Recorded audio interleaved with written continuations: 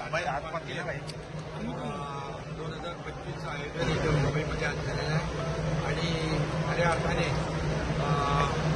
अनेक स्टार्टअप आज आपण स्टॉलच्या माध्यमातून आपल्याला पाहायला मिळाले. नवीन नवीन इनोव्हेटिव्ह आयडिया ज्या आहेत या ठिकाणी सगळे युथ आहेत आपले हे स्टार्टअपमध्ये फार मोठ्या प्रमाणावर या ठिकाणी शेअर करण्याचं काम या प्लॅटफॉर्मच्या माध्यमातून CSIRने या ठिकाणी स्टार्टअपांना दिले. मी CSIR मनापासून अभिनंदन करतो, त्यांना शुभेच्छा देतो. त्याच्यावर निधी पण आहे, NIO पण आहे, त्या सगळ्यांचं मनापासून मी अभिनंदन करतो की मुंबईमध्ये येऊन या ठिकाणी स्टार्टअपला खऱ्या अर्थाने सपोर्ट करणं, त्यांना बूस्ट मिळणं गरजेचं आहे. आता स्टार्टअप तर आपलं मुंबई महाराष्ट्रामध्ये देशामध्ये महाराष्ट्रात स्टार्टअप ज्यादा आहे आणि देशामध्ये जगभरामध्ये देखील आपल्या देशाचा दुसरा क्रमांक आहे, तो 1 नंबर आपला आला पाहिजे आणि यासाठी सगळे प्रयत्न चालू आहेत. CSIRने एक इनोव्हेशन कॉम्प्लेक्स पण या ठिकाणी मुंबईमध्ये सुरू केलेलं आहे.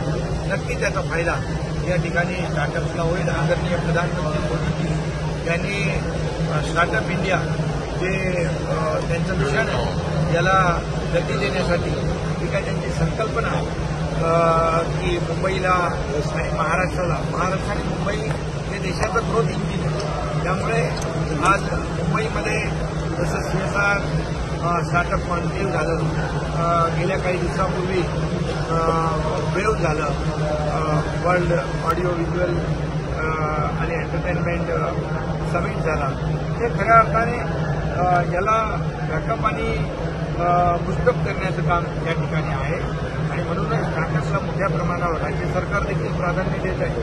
स्टार्टअपसाठी आपण 120 कोटीचा फंड पण ठेवलेला आहे आणि म्हणून नवीन नवीन इनोव्हेटिव्ह आयडिया ज्या तरुण जे आहेत, युथ जे आहेत, हे आपल्या समोर आणतायत. आता पाहिलं आपण की STP प्लॅन, त्यांचा STP प्लॅन आपण मोठा करतो, त्याला 3-4 वर्ष लागतात, पण इथे STP प्लॅन पाहिजे तर त्याच्यामध्ये खूप लवकर आणि कमी वेळामध्ये, कमी खर्चामध्ये या ठिकाणी शेतकऱ्यांसाठी काही आपण पाहिलं, शेतकऱ्यांसाठी काही जे त्यांनी स्टार्टअप्स सुरू केलेले आहेत, AIचा वापर होतोय आणि मोठ्या प्रमाणावर आज जे काही आपले नदी नाले प्रदूषित होत आहेत त्यासाठी देखील अनेक स्टार्टअपच्या माध्यमातून नवीन नवीन आयडियाज त्या ठिकाणी या प्लॅटफॉर्ममध्ये उपयोग आहे.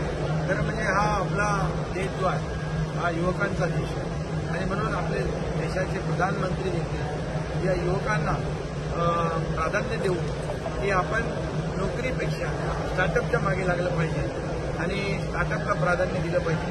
मी मगाशी सांगितलं देखील की आपले बाळासाहेब देखील सांगायचे की बाबा नोकरीच्या मागे लागण्यापेक्षा तुम्ही नोकऱ्या देणारे हात तयार करा आणि तोच हा एक तिथं प्रयत्न होताना आपण पाहतोय की मोठ्या प्रमाणावर आज आम्ही गडचिरोलीसारख्या जिल्ह्यात देखील इनोव्हेशन, इन्व्हेन्शन आणि इन्क्युबेशन सेंटर केलं टाटाच्या आणि तिथल्या आमच्या जिल्हा प्रशासनाच्या माध्यमातून. एक ठाण्यात देखील आम्ही केलं आहे, त्याचबरोबर पुण्यात देखील केलं आहे.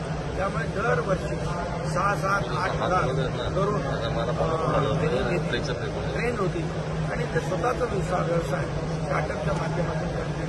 CSIR एक अशी संस्था आहे की हा फक्त एक स्टार्टअपचा कार्यक्रम नाही, या ठिकाणी स्टार्टअपला बूस्ट करण्याचं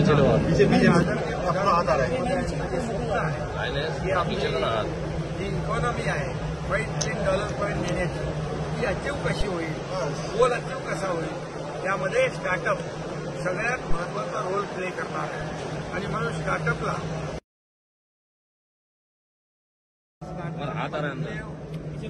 25 इसका आयोजन आज यहाँ पर हुआ है.